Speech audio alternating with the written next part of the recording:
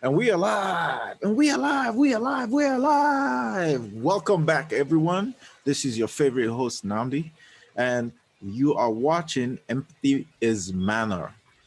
Empathy is the act of feeling other people's feelings, walking in their shoes, understanding what they're going through. I encourage you all to be empaths. Today, let's dive right in. What are we going to be talking about? Yeah, I'm outside. I'm outside the house in the backyard. It's a great day. It's a beautiful day. There's a street right here, and it gets real loud. Pardon me for that. Well, you've met me on a day that I'm excited to tell you that I find out my new baby's gender, my unborn child's gender today. But I couldn't, you know, I had to create this content for y'all. And diving right into NFTs, what's in the news? Diving right into the news. And this article here talks about Francis Ngannou making, possibly making more than he made in his recent fight with Stipe Miocic from the sale of NFTs. Can you believe that? NFTs is here to stay, folks. Now, don't get me wrong. There's a huge bubble swirling. I liken it to the bubble in 2017, the ICO bubble. But despite that, I really think that there's something even greater brewing here. The fact that you can turn uh, physical goods, tokenize them, and place them on the blockchain, and people can trade them. And even though it's on the, even though it's traded, the the fact that it's on the blockchain allows you to be able to claim ownership of it, and the original author or creator still retains the right to, reproduce the content. Someone has explained NFTs, from my understanding, is like you can reproduce images, videos, audio files, um, and then whoever owns the phys that the digital product itself can claim ownership of that digital product. Although, like I said, whoever created it still retains copyright and reproduction rights to the content.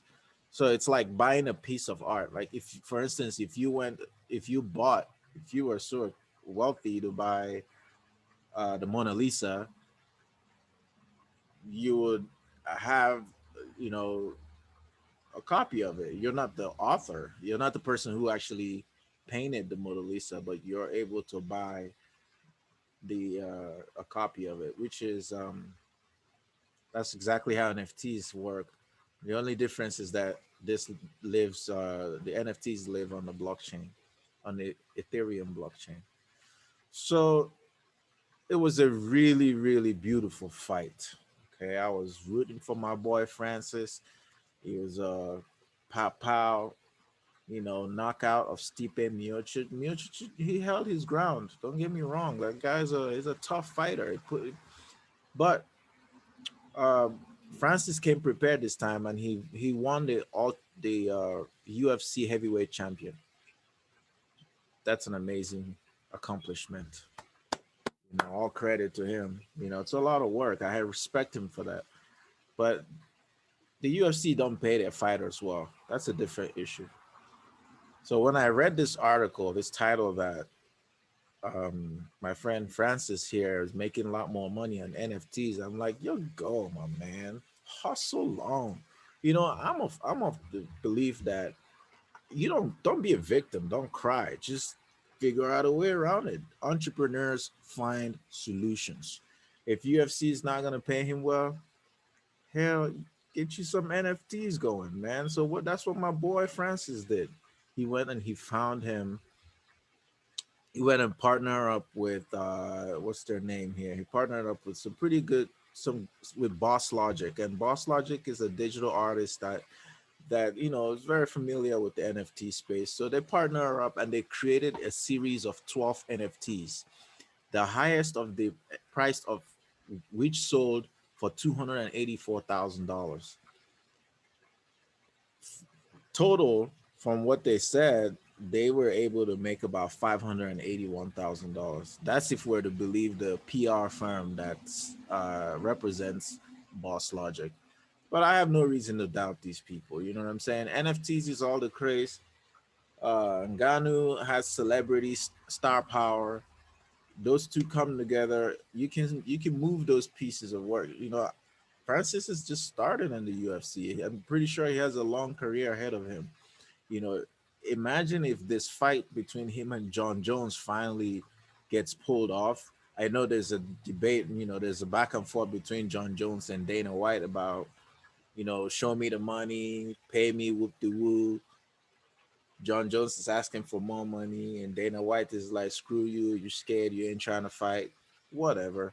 But if this fight between John Jones and Francis Ngannou is to be pulled off, that's gonna be one to watch. That's a blockbuster right there. I'm talking about if these guys ain't making money, at least they making tons of side money from NFTs.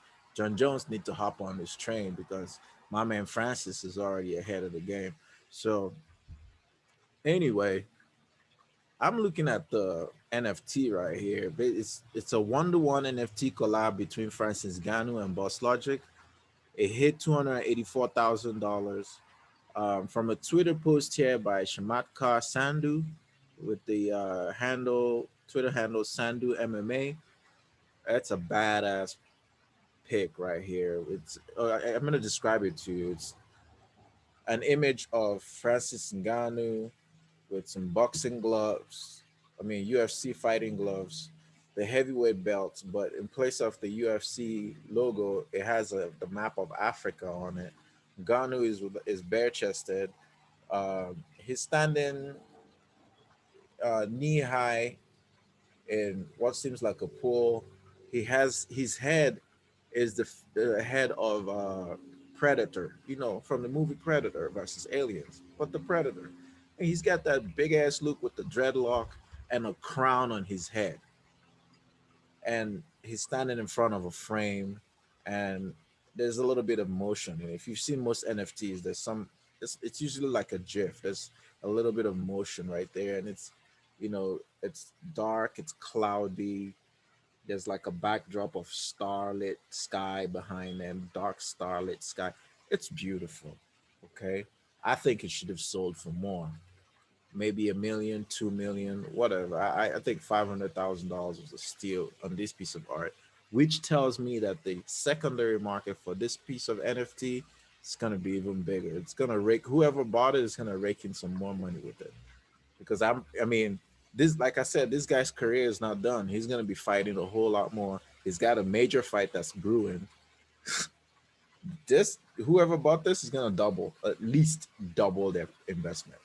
But anyway, it's a one-off NFT, and all I can say is proud of you, my man Ganu. Go get you your money, black man. Get your money. Spread empathy. We need the love. Let's get rid of all these people who are bloodsuckers and keep taking from the population. We need more people who put value, add value, stop taking. We don't need any more takers. All right, I'm going to wrap it up there. This was a pleasure. This was fun. Until next time, it's Namdi. Keep being an empath. Thank you for watching Empathy is Money. Like, subscribe, share, leave a comment.